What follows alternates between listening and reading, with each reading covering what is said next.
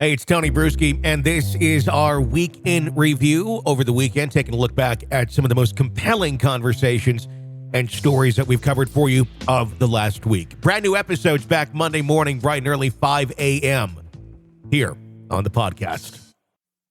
This is an examination of the hidden human condition. This is the Hidden Killers Podcast. The Hidden Killers Podcast. With Tony Brueski. We're talking Rex Heuerman on this segment. We're talking with attorney Eric Faddis, former federal prosecutor and personal injury attorney. Eric, when we're looking at the Rex Heuerman profile, considering the extensive geographical spread of the victims, what might have been some of his deciding factors in choosing these locations? We're seeing he frequented Las Vegas, he frequented South Carolina, obviously Long Island, and a couple other places in between.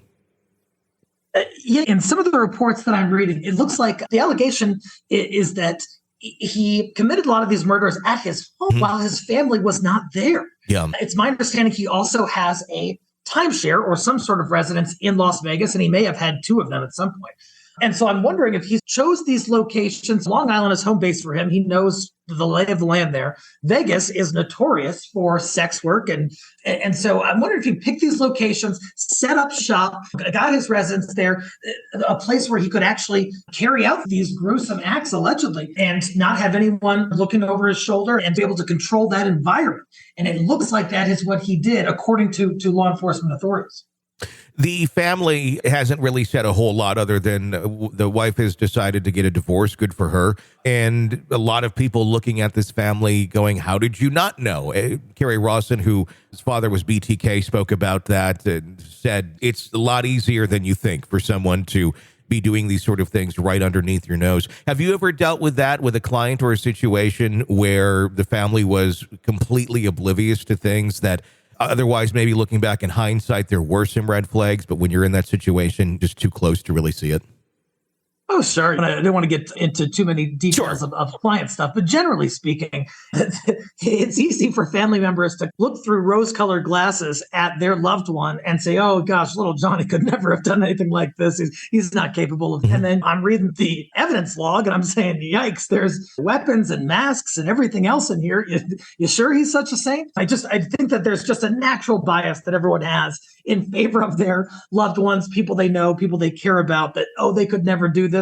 And then lo and behold, when the report comes out, it tells a very different and darker tale. And yeah, I've had a number of scenarios where I've had to have discussions with loved ones, with the client's consent, of course, regarding the true nature and status of the case. Yeah. And there are a lot of revelations that happen during those conversations.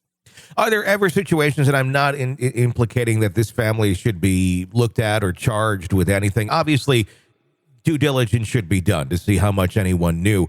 But is there ever times, or should there be possibly charges that go then against family members if they did have knowledge of the crimes, depending on how in-depth it was? If it was simply overlooked, simply we don't talk about this, we know he does something, but we don't know what. Would that be looked at as a crime in some way, shape, or form if you're somewhat harboring someone of that nature and you just don't want to deal with it?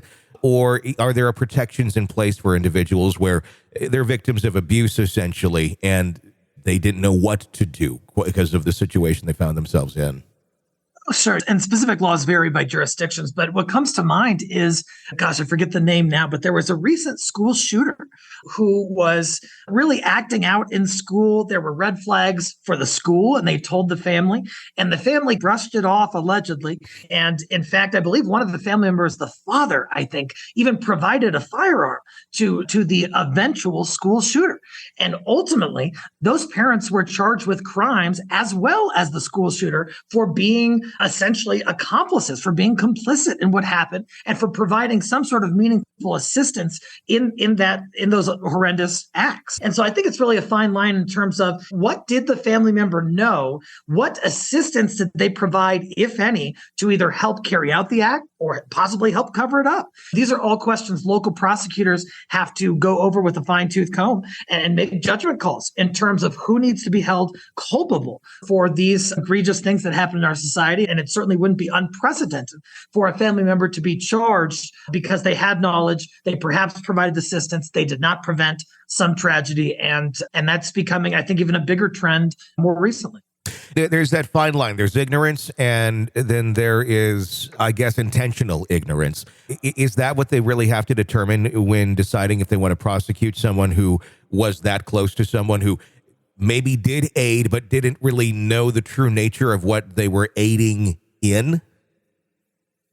Yeah, I think that comes up a lot in a ton of accomplice type cases, not only when it comes to parents or family members. Oftentimes someone says, gosh, I knew something a little shady was going on, but they're my loved one. I had their back. I drove them somewhere, or I provided them with something they asked me for, or something like that. And I think simply having an ignorance of the ultimate final act or the severity of the ultimate final act is not necessarily defense to accomplice liability in Colorado, at least. And the fact that these folks didn't maybe know the whole picture does not necessarily immunize them from criminal charges.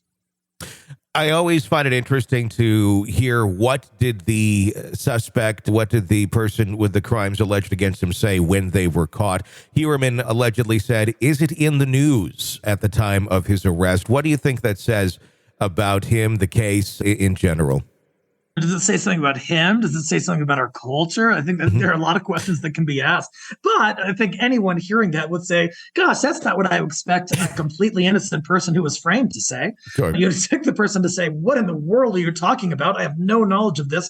I'm completely innocent. I want to talk to a lawyer, or something along those lines. To ask if it's in the news seems a little more consistent with what some people view as a serial killer profile, where they're narcissistic, they like the fame, they like the notoriety. And that statement is certainly consistent with that serial killer profile.